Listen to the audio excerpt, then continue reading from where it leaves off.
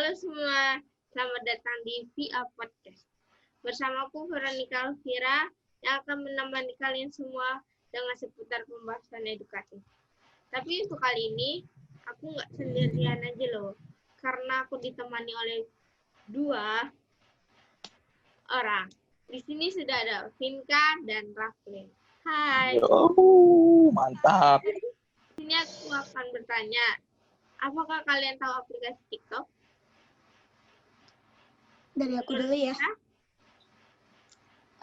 Aku tahu aplikasi TikTok.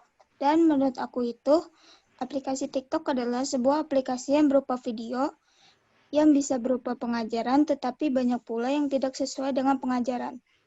Oke. Baik, untuk menurut Rafli? Ya, menurut saya aplikasi TikTok itu sebuah jaringan sosial yang sedang viral atau lagi trending di zaman sekarang ini. Soalnya banyak sekali anak zaman sekarang itu yang download aplikasi tersebut karena mudah digunakan. Begitu.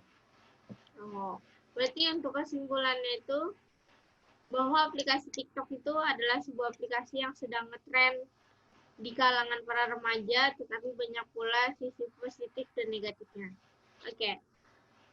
Untuk pertanyaan kedua, lalu apa tanggapan kalian mengenai aplikasi TikTok? Aku dulu ya. Tanggapan aku tentang aplikasi TikTok adalah membuat seseorang terkenal lewat aplikasi tersebut. Dan banyak pula pengguna akun TikTok yang menghasilkan banyak uang. Lalu menurut Rafli? Iya, menurut saya tanggapannya nih. Banyak orang yang terpengaruh adanya aplikasi tersebut malah bermalas-malasan, yaitu karena ingin bersenang-senang dengan aplikasi tersebut, karena banyak di beranda TikTok itu sebuah goyang-goyang yang tidak mendidik anak-anak untuk mencontohkan gitu. Karena aplikasi tersebut banyak sekali gitu, banyak negatifnya, positifnya paling sedikit lah. Tanggapan saya begitu sih. Karena kebanyakan yang sering memakainya itu anak di bawah umur, terus berikutnya itu mengikuti anak-anak remaja yang di atasnya dia ya. Oke. Iya, benar sekali. Oke, untuk pertanyaan selanjutnya, lalu apakah aplikasi TikTok ini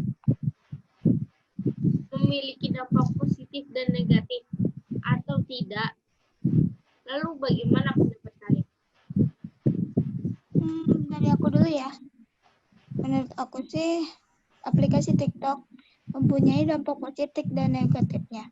Dampak positif dari aplikasi tersebut adalah kita dapat menemui video pembelajaran, tetapi dampak negatifnya itu lebih banyak penggunaan yang salah dalam menggunakan aplikasi tersebut. Lalu menurut Rafli sendiri? Menurut saya positifnya itu dikit. Contohnya itu kita dapat mengasah sebuah skill kita dalam editing dan bisa membuat konten kita itu membuat konten kita itu menghasilkan yang bagus gitu, dengan mengasah skill kita dalam dunia belajar. Karena dunia TikTok itu gampang, kayak kita sadarin aja, kalian tuh hanyalah buat terkenal. Kita sering sekali contoh nggak ada kan. Tapi untuk seperti itu kalian juga memakai aplikasi tersebut kan? Iya, aku sih make untuk kayak ngedit untuk K-pop gitu. Masa? Terus positifnya apa tuh dari ngedit itu? Apa mengasah skill doang? Apa karena kamu tersenang sama K-pop gitu? Cuman mengasah skill doang sih buat yang jadi editor. Tapi saya tidak percaya. Oke. Anda berdosa sekali ya. Lanjut aja pertanyaan selanjutnya. Lalu bagaimana cara kalian menggunakan aplikasi TikTok tersebut dengan bijak? Dari siapa dulu? Aku. Pinka boleh. Kalau menurut aku ya menggunakan aplikasi TikTok dengan benar itu dengan membuat konten yang berguna dan bermanfaat bagi semua orang yang menontonnya. Contoh, kita membuat video pembelajaran tentang matematika dan ditonton oleh orang yang sedang belajar matematika. Itu sih bagus ya. Jadi hitungannya itu kayak mengajarkan anak yang belum paham dengan rumus-rumus matematika. Kalau menurut Rafli? Menurut saya itu kebijakannya itu tergantung kepada diri sendiri sih, bagaimana menggunakannya. Karena kebanyakan sekarang ini orang menggunakan suatu aplikasi tersebut itu yaitu dengan salah gitu menggunakannya. Hanya sebuah kesenangan, tidak bermanfaat. Oh, dia melihat ini scroll. Jadi balik lagi kepada Oke. Oke, untuk pertanyaan terakhir, bagaimana tanggapan kalian mengenai video atau cuplikan berikut ini?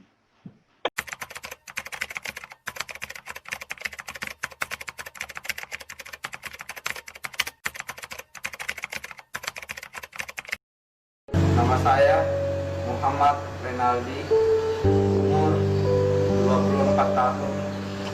Saya berasal dari Kabupaten Bone, Sulawesi Selatan. Cerita ini dimulai dari 3 bulan yang lalu.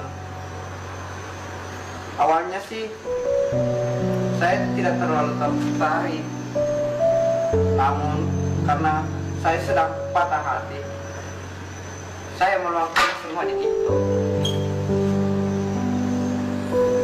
Dan beberapa hari kemudian saya kecanduan dengan TikTok.